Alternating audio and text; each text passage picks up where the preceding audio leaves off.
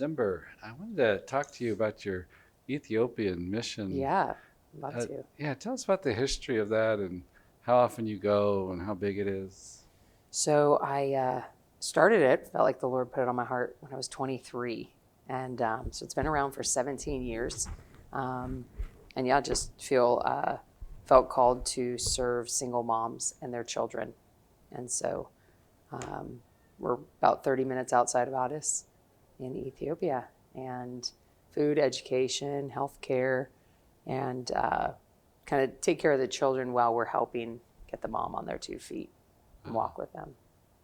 So it was the town you're in, there was a lot of poverty and. Absolutely, yeah. So, I mean, you have extreme, kind of extremes. You have the wealthy and then you have the poor. And there's a real chasm between the two. And so, you've got the huge resorts owned by these Ethiopian millionaires, Right, and then you right. have people that can't get food, Right. on the plate at all. So we work with the Ethiopian government locally to kind of see through our own kind of knowing who really needs help. Then we do go to the government. We want to build up what they're doing. And so we work with the Women and Children Department. And they usually give us a whole list of women that come in and say, we need help, we need help. And then we do our own kind of extensive interviews, with them, go and see where they're living and kind of the situation and prayerfully discern who to take in because the list is never ending. I mean, we could have countless women and children. And do y'all have housing? Like you own the houses that provide for them? So we rent. So we don't provide any housing for the majority. We will in like extreme cases where maybe children have lost both their parents, and so we've even hired women to kind of be moms who have lost their children. Right. And kind of bring them together and rent a house or something for them, a place. But overall, we don't do anything with housing. Most people that have come to us, they have some sort of shelter. It may not be the best, but the goal is to not just provide it for them, but to help them learn how to earn money so that they can provide, with what they've earned. And so we see their situations change pretty drastically and quickly. So that these like single mothers could find work, like you would teach them a skill or something? We do a lot of different things. We'll take them into different types of trainings, but what I really love to do, it's a little more extensive, but I believe it lasts, is to sit down with them and what do you enjoy? And even to break through when someone's literally almost identified themselves as just poverty stricken, they're not thinking about what they enjoy. Right. They're thinking about what they need. Right. And so to even ask them that question is kind of a barrier to break through and kind of see them like, no, there's something you enjoy. Yeah. Oh, I really enjoy making coffee. Right. Oh, okay.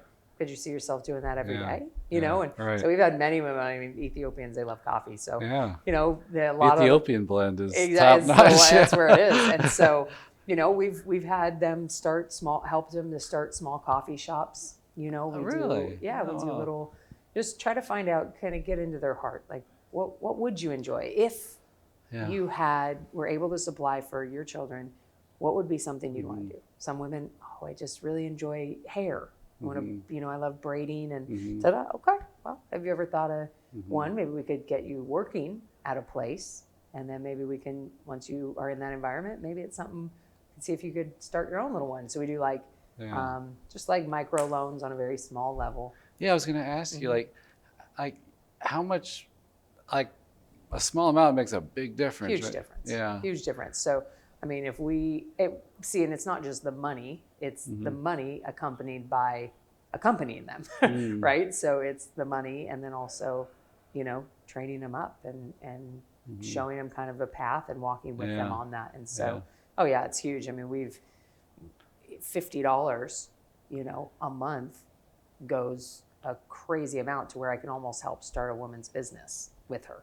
Very small. We're not talking about renting, shop space, anything. We start small and we watch it grow. Yeah. And let the money they earn develop into what now becomes their kind of nest egg for the growing of the business and taking care of their kids. I had heard about someone else doing that, and I forgot where it was, but I never thought about, we take it for granted, but just to have a banking system. Oh yeah. It's like for a healthy economy. So Yeah. businesses, you need that. That's what I mean. So Yeah. these women, they didn't have bank accounts. They've kept Yeah. whatever little money they're able to earn. They've Yeah. kept it under their mattress if they have Right. one, you know. Right. And so we've opened bank accounts for all the women, but we do it with them, not for them. So we'll take them in. We have one of our team members will go in and open up accounts, Yeah. show them what that leads, which sometimes leads to needing ID and different Mm-hmm. things. And so just try to kind of get them on the grid with some of those things that can help, because once they do start making money, well, do they know how to save it, right? Uh-huh. Do they know how to allocate funds and use it wisely? And so we try to kind of see it as a very from a holistic standpoint, to kind of see big picture and work and walk it out with them daily. Yeah. So we take them through about a 2-year program on that. Yeah, you think like just allowing someone to buy a sewing machine, and that enables them Exactly. to all this work. Exactly. And then, I was very successful in real estate. Mm-hmm. I believe I was successful because it was something I enjoyed, Right. right? It wasn't like daunting for me to do that every day. And so I felt like when the Lord brought me to Ethiopia, it was like, well, do you think you're that much different than them? Like, what do they enjoy? What are they natural? Kim, like I felt like God was asking me, like, Kim, ask them where I've gifted them. Maybe help to show where I've gifted them, because they're unique. I could go over there and open a factory, right, and have them all employed. Mm-hmm. But what are they? You know what I mean? Mm-hmm. Is there fulfillment there? Is there room for growth, or are we just, and God forbid the factory gets shut down? What now? Yeah. Now they're back where they used to be, and Right. so it's the government even fought me for a long time on this, the project idea. They're like, no, just give them money. I'm like, no, we want to teach them to fish. We want to. It takes longer to sit with someone, Right. and converse and teach and reteach, but it's longer lasting. So that's what we want to see. We want to see self-sustainability over there. And how many do you have part of your group? Yeah, we have, I think right now, currently serving over 100 single moms. And then... And how many of you are volunteers? Team. Yeah. It's just myself in the United States. Uh-huh. And who else? And then everybody else is, that's it. And then everybody else is Ethiopian. Wow. Yeah. Oh, okay. Yeah. And so do you have Ethiopian to do staff. a lot of fundraising? Yeah, too much. So you go out, give a talk on what you're doing? It's hard because I'm always giving a talk on sexuality and identity and the Father's heart. So it's like, and I think just in the United States, that's where our focus is like on, I don't mean this rude, but kind of on ourselves. Uh-huh. I bring up kids that are hungry and not going to school in Africa, and they're like, oh, but there's kind of a little bit of a disconnect. And so I feel like the Lord's trying to branch all that, kind of bring it all together. And so we're working on how to kind of put everything that's going on, that God's got me doing under one umbrella, so that there's not like a chasm between the two, So, but it's hard. I mean, I raise, roughly $80,000-$90,000 a year. We operate on that's a very low budget, but the reality is there's no American salary, so that helps right there. It's all Ethiopian. We have, I think, 11 current staff, Ethiopian staff, all in Ethiopia, and then all the food. We have close to 500 kids, that we care for, and education for kids all the way through. So even once the parent has graduated from the program with us, we say that if they went through their part, we will continue to pay their children's education all the way through university. Wow. So we have kids going to university. We just had 2 graduate last year. Wow. We got 4 more going in this year. So you have 11 full-time staff over there. Full-time, yep. Okay. Yep. And, is it like the typical, maybe, woman you're working with, would she have suffered abuse growing up? And we see such a variety of different experiences that people have been through. A lot of women have lost their husbands. Some have never really grew up in a family, were kind of off on their own, maybe street kids themselves, Right. Right. And then, some struggle with addictions in their own life. Sometimes it's alcohol. Big thing is alcohol out there, especially for the men. So a lot of these women have lost their husbands, not necessarily that they're not alive, but they've left the family due to alcohol or going and starting another family. You know, a lot of women have the understanding or misconception and belief that if they give more children to the men they're with, then the men will stay. Oh, So you see a lot of women with multiple children, but no father. right. And so it's very unfortunate, but it's very real. And there's that chat addiction. Is that how you call Yeah, it? chat is very real. Yeah. It's, you know, it hasn't, to me, that's a little bit more of kind of a little more on the wealthier side. You do see some people who, you know, on the kind of lower end of the income, but I would say like it's been mostly with our kids and like their dads or parents is more beer. And you know that they have kind of homemade alcohols they draft up there, and but not as much chat. That is a thing there, I know, but it doesn't seem to affect as many of the families we work with. Okay. Yeah. And what is like their, you know, we could say maybe kind of the typical American maybe attributes. What would you say your experience has been, like some of the qualities of their culture that you maybe admire and things? Honestly, it's funny because they are some of the most generous, like selfless people that I know, Really? that I've ever met. I remember when I went over there at 23 and I just saw people in such need, you know? And then I remembered getting to know them. And I mean, I'd walk into a tiny little hut, you know, a little mud hut, and they would offer everything they've got. And I'm not just talking about like, oh, we're going to go to the grocery store tomorrow. I'm talking about like, this is their ration, and they hold it before you joyfully. Right. I remember seeing a little guy that had so much. I mean, both parents died of HIV. He himself had HIV. He was 4 years old when I met him. And I just saw so much joy. And like, this kid has quote unquote nothing, and he's got more than I do. Right. You know, and so just this, and they know the Lord. I mean, it's so real. They really, I see a dependence on God because they don't have an insurance plan. They don't have this backup, you know, if God doesn't know. They're like, God, I need you. I need you to supply for my, you know, X, Y, and Z. And so I believe my faith grew massively from being even around them. Really paradigm shift, not only the mind, but the heart, for sure. Yeah, I was telling you, I went there for 3 weeks. We worked mostly with priests, but we did go out into the parish, and it was in the countryside. I can't remember the name of the town, but it was like a 7-mile gravel road and this indestructible Land Cruiser Toyota. Oh, you know, yeah. Yeah, well, I know them. I tires. drove one for a while. And like seemingly, I mean, they had like farmlands around us, but it was like this church was just there, and it was like the materials of it. It was like, it was a marble, the interior, marble floor and stuff, and it needed repairs and stuff, but it was a big, nice church. But I remember the families, you know, they wear the beautiful dress, the women did. The white usually. Yeah, it was white. They had, linen. I think a lot of them had head coverings. Yep. And, but yeah, I was struck the same way. There was this joy.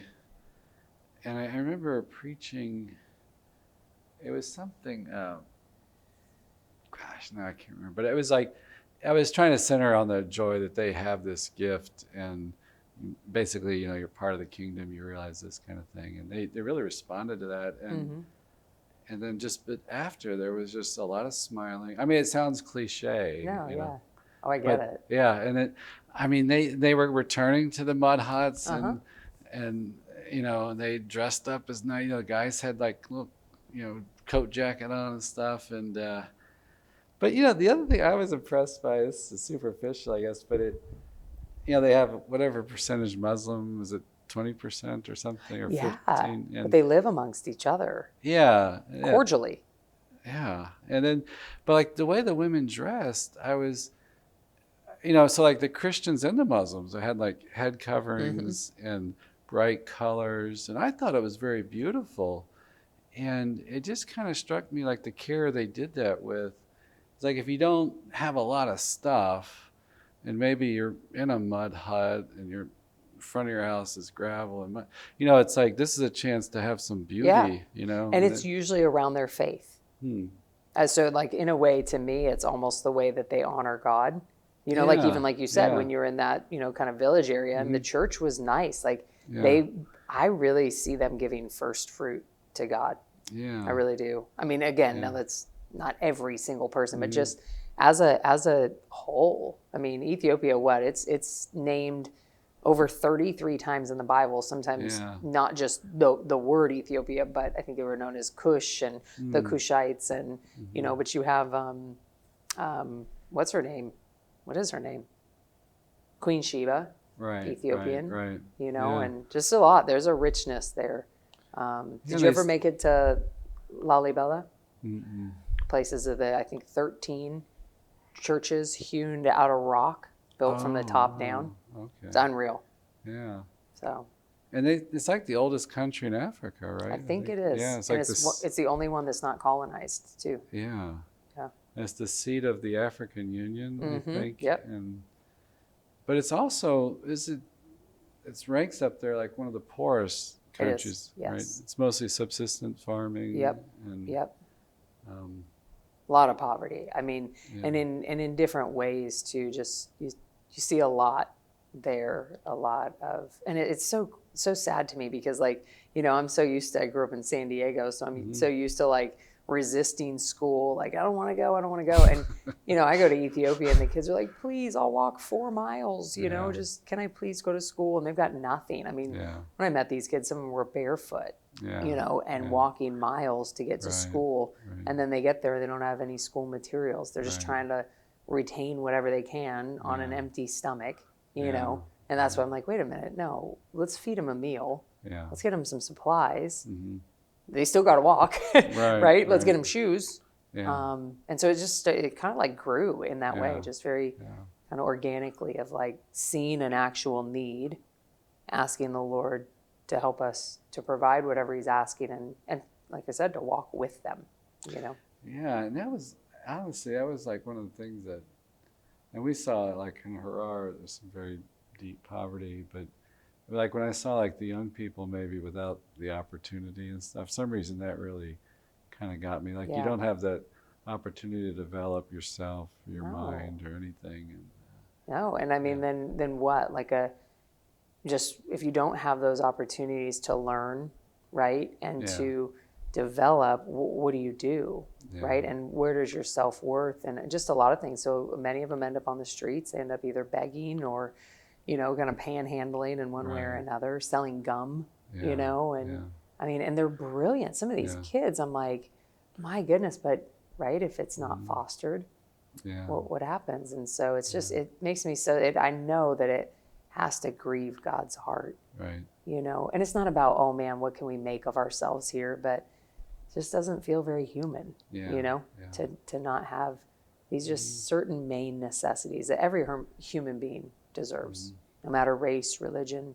Like every human deserves shelter, water, some degree of education. Right. And like, how much of the year do you spend there roughly? So I used to, in the very beginning, when I first, I went over there not thinking to start an organization. I went over there actually very selfishly, just, God, I don't know why you put me on this earth, but I know it's not just to make money in real estate, and collect. And in San Diego. You're right, yeah. I mean, there's got to be more, and just wasn't feeling fulfilled. And so in the beginning, when I first went to Ethiopia, I didn't go with an organization or anything. Just felt like the Lord pointed out Ethiopia, and I had a friend that was there, and so I just went to visit him and just started meeting these kids. And I'm like, wow, like I told you, I saw things. I was like, this isn't okay. And this not only is it not okay, but there's a solution. And I may not be able to cover the entire country, but God help me cover what can be. And so in the beginning, I actually sold everything I owned, sold my house, sold my car, said I'm going to go and I'm going to live there. And so I lived there for, I think, about a year in the beginning, and then came back and spent more time and was kind of going back and forth, then went back. So for the first 7 years was back and forth a lot. And then 10 years ago started a new project in Bishoftu, right outside of Addis. And that's I lived there for about 3 years while I was starting this, and God was developing this new project that I was describing to you about, really kind of getting a little deeper with the families. And but when COVID hit, I couldn't travel. So it was for almost 2 years that I couldn't go. And so by God's goodness, they didn't really need me. They just needed me to continue to raise money, so because they do all the work, all the Ethiopian team on the ground. And that's what I felt like the Lord said is can you raise up Ethiopians to help Ethiopians, And so just went back the first time in 4 years. It was 4 years since I had been back. Oh. Yeah. Because of COVID. COVID, and then also the ministry, that the other ministry here, it's hard to balance almost what feels like two worlds, so. And do you have a lot of contact with your 11 people that work? Oh, yeah. I mean, almost daily. We're, and it's continuing to help develop program and what's working, what's not working, and also tending to their needs too. If you don't take care of the people who are taking care of people, things don't go well. And so, I mean, to me, anybody, even the Ethiopian government, when they come to our project, Unforgotten Faces in Bishoftu and Debrecen, they're like, this feels like family, a big family, right? But it's family. It really is. Like the team over there, I call them a team. They're not employees. We are a team. We work together. They work together. And we got a quarterback, that makes a lot of the calls, and it isn't me. It's actually a lot of that is because honestly, the Ethiopians know best what their own people need. And you have men and women working? Men and women, yep. Okay. And it's amazing. So, remember I started it when I was 23. And so our actually country director, so the Ethiopian director over there for the last 10 years, she just turned 33. It hit me when I was back there. I was like, oh my goodness, I hired you when you were 23? And she's like, well, you were 23 when you started. I'm like, good point. It's just so cool. But it's actually, I would say, the youngest running nonprofit in Ethiopia. They're all, I mean, to be in your mid and low 30s over there to be running a nonprofit is not heard of. But I've just felt that was my own age. And so I was just bringing in people. God was bringing people, and they were around my age. And so it was really weird even for the government. They're like, shouldn't you have a different job? Like, you're young. This is usually what people do when they retire. And they're like, no, I mean, our founder didn't. So and it's just so cool. So we're seeing it even hit like even Gen Z over there, just the younger generation coming in and saying, no, this is what I want to do. I want to help people. I want to help my own people, and we're seeing people that went through our program coming back and now giving back is just so beautiful. Like one of the girls, she just graduated, Yabsara, she just graduated university. And she was like, I want to come and I want to volunteer as an English teacher. I'll have my own job, but I want to give back to God who gave to me. I want to give back to those who need. And it's just so beautiful. And how do you handle the language? Isn't there many gamash.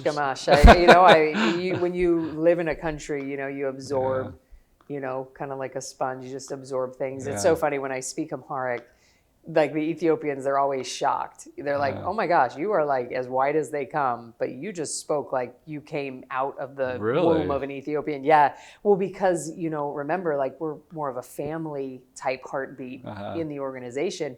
And so you talk like family talks. If I were to teach someone English, I'm going to teach them proper English. But if they just grow up in the house, they're going to speak real English, the spoken language. And so I speak maybe a little more street, so I'll go up and, when I'm talking to someone, I call him my brother, and it's more from the heart, not just from the mind. And so they're always shocked. They're like, are you Ethiopian? I'm like, look at me again, so they didn't know if I was raised by Ethiopians or what, but so it's, by grace, God's given me, I can communicate enough. And we'll use English when needed as well, of course. So, and the name of the organization's Forgotten Faces? Unforgotten Faces. Yep. Okay, so I don't even know if it's like an honest, real word. I mean, that's how words come to be. But it was my first plane ride back, and I could not, all I wanted to do, Father, was get off that airplane and pretend like I didn't experience everything I just experienced. I literally prayed. I said, God, let me forget those kids' faces. Just let me forget them, because I knew if I didn't, I couldn't go back to life as normal.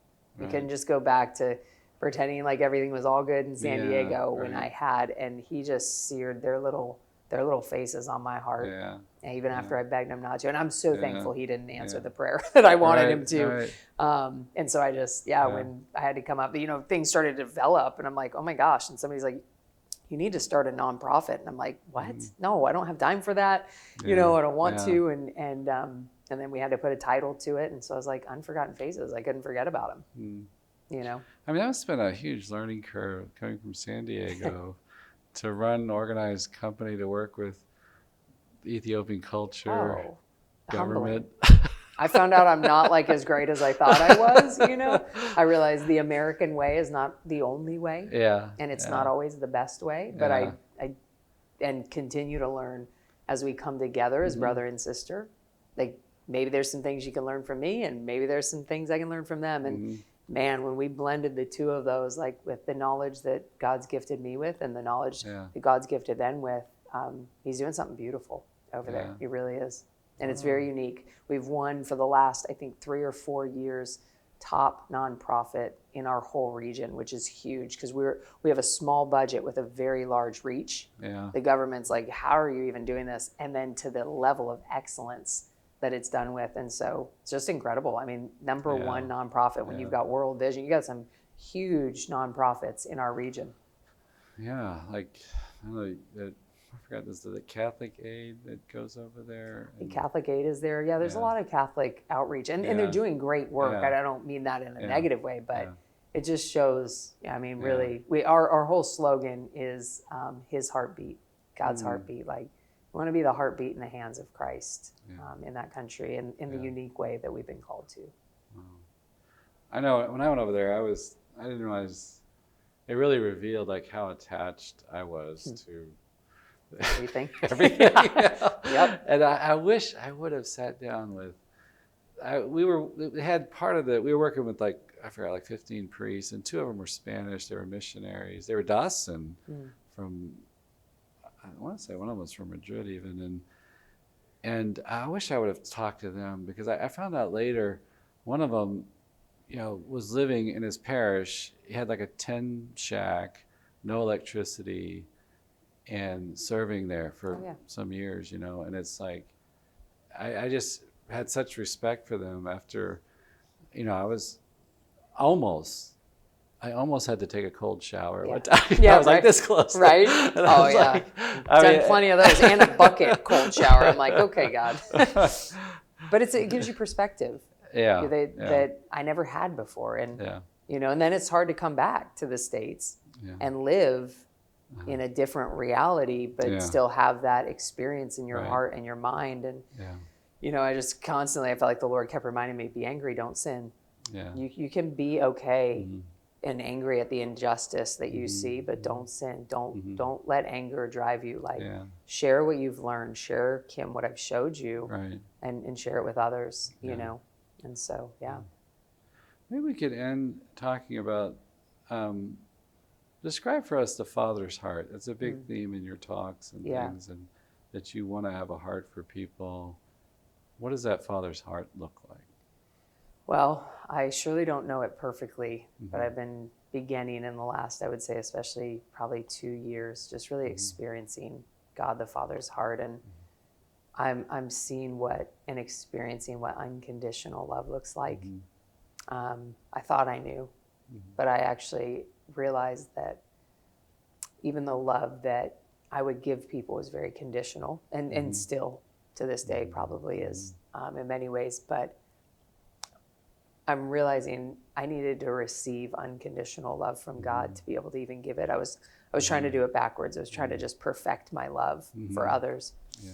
And all along, God was saying, actually, can you let me love you? And I felt like I just kept saying to it, but I'm not perfect. I screwed up. I did this. I fell back into this, or I chose this purposely, whatever, just the whole gamut. And I just never knew that he loved me the same, whether I fell into sin or whether I was the most virtuous that day, or that moment. Right. And so to me, the Father's love is something that every one of us longs for. Mm-hmm. And I think we can confuse it sometimes that because he loves us no matter what, that means he loves everything we do, you know. But a real tender, merciful, loving Father wants to correct us, but he does it in love, not out of bitterness or anger. I always thought he was just kind of frustrated with me. Yeah. Like, dang, she just can't get it right, Just know. Not enough. Not Right? enough, never enough, you know. And I've just experienced the unconditional to a certain level that I never have, and I know there's more because I don't think we ever reach the depth. But and what helped you to discover it? What was most effective? You know what? A lot of it was a lot of my Protestant brothers and sisters being around some of these Protestants that would talk this to me, and I'm like, what is going? Why are you? Okay, you don't know what I've done, and they're like, but it doesn't matter what you've done. I'm like, yeah, that sounds real easy, you know, like that, just to be loved and not earn it, you know. And so the Lord really used, especially one ministry in particular, International House of Prayer. They really started to unpack the Father's heart. I took an internship through them, which was weird as like a pretty darn sold out Catholic. Like, why? And I would bring every class I would go to, I would bring it back, you know, kind of gather the information that I was getting. And before I would like digest it, I would call my spiritual director and I'm like, hey, because he's solid, this isn't, you know. And I'm like, God, I'm learning these things, but is this true?